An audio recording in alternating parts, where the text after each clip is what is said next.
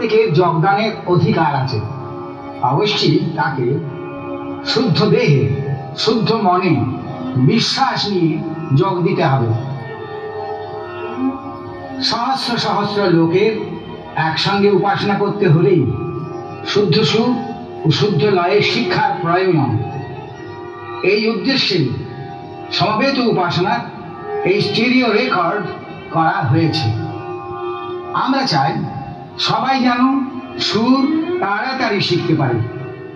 তারই জন্যে কতকগুলো সঙ্গীত যন্ত্র এর মধ্যে ব্যবহার করা হয়েছে। কিন্তু এই সমবেত উপাসনাকালে আমরা কখনো কোনো যন্ত্র সংযোগ করি না।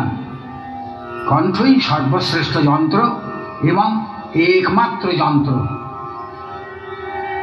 প্রথম স্তোত্রটি রেকর্ডিং এর সময় ভঞ্জ, গঞ্জ, বন্ধু ইত্যাদিতে 2টি মাত্রা গান করে বাকি 4 মাত্রা যন্ত্রসঙ্গীতের দ্বারা পূর্ণ করা হয়েছে মনোহারিত্বের জন্য।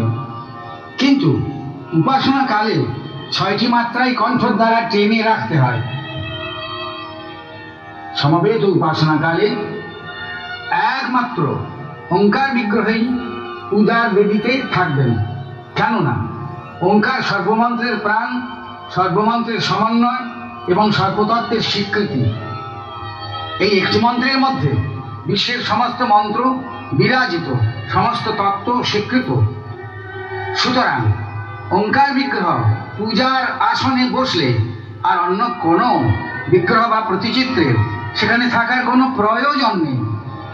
আর নানাবিধ বিগ্রহ বা প্রতিচিত্র এক জায়গায় জড়ো করলে কৌলিন্য অকৌলিন্য নিয়ে দ্বিধা আসবে। কি দরকার সেই দ্বিধা, দ্বন্দ্ব, সংঘর্ষ সৃষ্টি করার?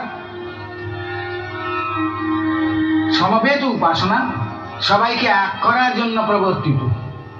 যে কেহ এই উপাসনায় যোগদান করুক তাকে পূজার উপচার নিশ্চয়ই সঙ্গে করে নিয়ে আসতে হবে। আরেকজনের বাড়িতে উপাসনা হচ্ছে এই যুক্তিতে আমি শূন্য হস্তে যাব, এ চলবে না। হয় একগুচ্ছ দুর্বা, নয় 3টি বিল্লদল, নতুবা কয়েকটি ধূপচন্দন কাঠি, অথবা যৎসামান্য ভোগ নৈবেদ্য, যার যেমন সুযোগ বা সুবিধে তা সবাইকে নিয়ে আসতে হবে। আমার বাড়িতে উপাসনা, তুমি এলে উপচার নিয়ে, তার জন্য বলবো আমার সম্মানহানি হলো, এ হবে না। সমবেত উপাসনা সবাইকে সমান করে, এখানে সবাই মিলে এক হয়। সম্মান অসম্মানের প্রশ্ন এখানে নেই। সমবেত উপাসনার সর্বশেষে অঞ্জলি, সেই সময়ে এবং প্রণামকালে বা প্রসাদ নেবার সময়ে কোনো হুড়োহুড়ি হবে না, শৃঙ্খলা রাখা চাই। সমবেত উপাসনাতে কখনো পক্ষান্ন ভোগ দিও না, কারণ তাতে বিশৃঙ্খলার সৃষ্টি হতে পারে, তাতে উপাসনার প্রকৃত উদ্দেশ্য পণ্ড হয়ে যেতে পারে।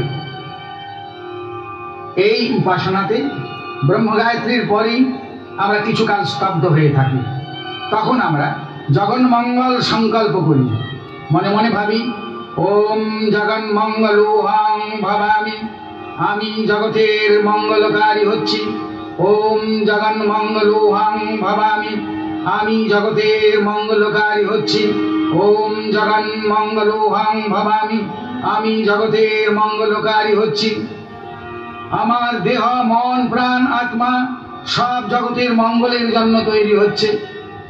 তারপরে মনে মনে যার যার ইষ্ট নাম জপ শুরু করি।